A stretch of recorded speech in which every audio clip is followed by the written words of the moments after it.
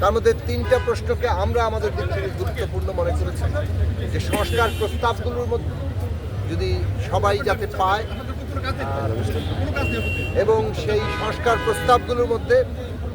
ন্যূনতম জাতীয় ঐক্যমত্য অর্থাৎ সকলের সাথে আলোচনা করে যে বিষয়গুলোতে সকলেই ঐক্যমত্য পোষণ করবে সেই জাতীয় ঐক্যমত্য তৈরি করা দরকার এবং সেই ঐক্যমত্যটাই অর্থাৎ ওই যে সমস্ত প্রশ্নে সকলে ঐক্যমত পোষণ করবেন সেটাই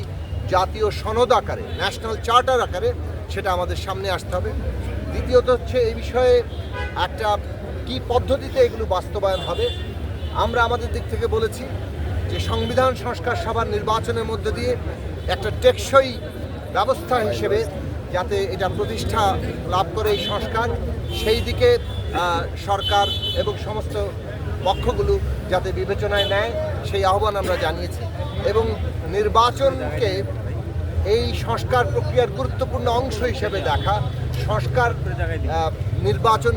মধ্য দিয়ে অর্থাৎ সংস্কার যেমন নির্বাচনের জন্য দরকার তেমনি আবার সংস্কার সম্পন্ন করার জন্য নির্বাচন লাগবে, কাজেই এটাকে বিরোধ হিসেবে না দেখে আগামী নির্বাচনকে সংস্কার সম্পন্ন করার একটা গুরুত্বপূর্ণ অধ্যায় হিসেবে বিবেচনা করা এবং পরবর্তী এই নির্বাচনের মধ্য দিয়ে যে সংস্কার সভা গঠিত হবে কিংবা সংসদ গঠিত হবে সেই সংসদে যাতে এই সংস্কারগুলো বিশেষত সংবিধান সংস্কারের প্রশ্ন একটা নির্দিষ্ট সময়ের মধ্যে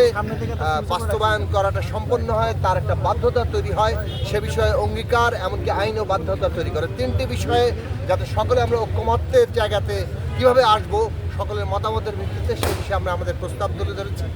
একই সাথে আমরা বলেছি যে এই সময়ে জাতীয় কর্তব্য হচ্ছে আমাদের এই সংস্কার প্রক্রিয়া এগিয়ে নিয়ে গিয়ে আমাদের একটা নতুন রাজনৈতিক বন্দোবস্ত রাষ্ট্রের পুনর্গঠনের কাজ সম্পন্ন করা। সেদিক থেকে জাতীয় সংসদ নির্বাচন যেটা সংবিধান সংস্কার সভার নির্বাচন হিসেবে আমরা বলছি সেটা এখন সবচেয়ে বড় অগ্রাধিকার, সেই অগ্রাধিকার বাস্তবায়ন করা এবং রাজনৈতিক ঐক্যমত্য তৈরি করা এই দেশে ফ্যাসিস্টের ভবিষ্যৎ কী হবে সেই রাজনৈতিক ভবিষ্যৎ নির্ধারণের ক্ষেত্রেও রাজনৈতিক ঐক্যমত্য তৈরি করা এইগুলো সরকার ফ্যাসিলিটেট করবে সেই আহ্বান এবং সেই আশা আমরা সকলে মিলে দেখছি। আপনাদের সবাইকে ধন্যবাদ।